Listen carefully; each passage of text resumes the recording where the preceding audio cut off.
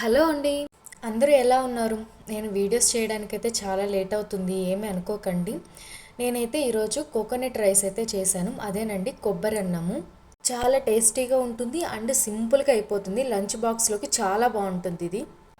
దీనికి కాంబినేషన్గా chicken curry and mutton curry చేస్తుంటాం.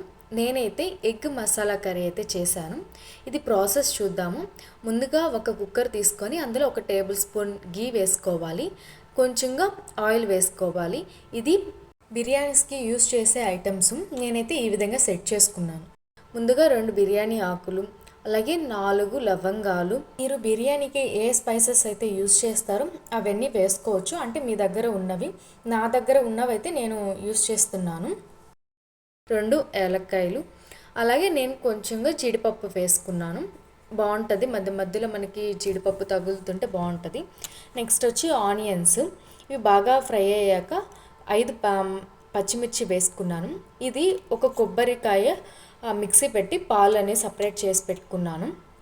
నేను అలాగే ఎగ్ మసాలా చేస్తున్నాను కదా, సో దానికోసం ఎగ్స్ బాయిల్ చేస్తున్నాను. కొంచెంగా సాల్ట్, అలాగే అల్లం వెల్లుల్లి పేస్ట్. ఈ గ్లాస్తో నేను 2 గ్లాసెస్ తీసుకున్నాను రైస్. ఇప్పుడు నాకైతే కొబ్బరి పాలు 2 గ్లాసెస్ వచ్చాయి.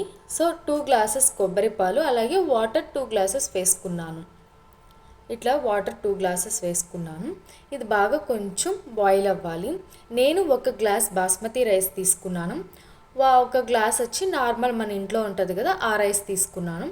ఇప్పుడు ఇట్లాగా బాయిల్ అయిన తర్వాత రైస్ అనేది అందులో వేసేసుకోవాలి.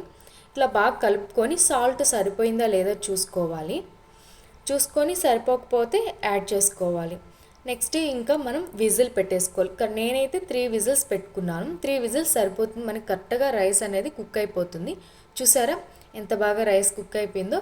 ఇప్పుడు ఎగ్ మసాలా కర్రీ ఎలా చేద్దామో చూద్దాము. ముందుగా అయితే మసాలా ప్రిపేర్ చేసుకుందాము. దానికోసం పచ్చి కొబ్బరి కొంచెం తీసుకొని అందులోనే కొంచెంగా ధనియాలు, కొంచెం అంటే 3 లవంగాలు, కొంచెంగా దాల్చిన చెక్క, అలాగే 2 టమాటాలు తీసుకొని మిక్సీ పట్టుకోవాలి.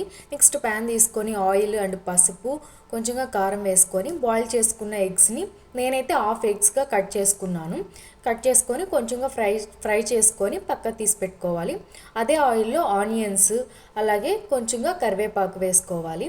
కొంచెం ఫ్రై అయ్యాక అల్లం వెల్లుల్లి పేస్ట్ వేసుకొని బాగా ఫ్రై చేసుకోవాలి. మనం మిక్సీ పెట్టుకున్న ఈ మసాలా పేస్ట్ని కూడా అందులో వేసేసుకోవాలి.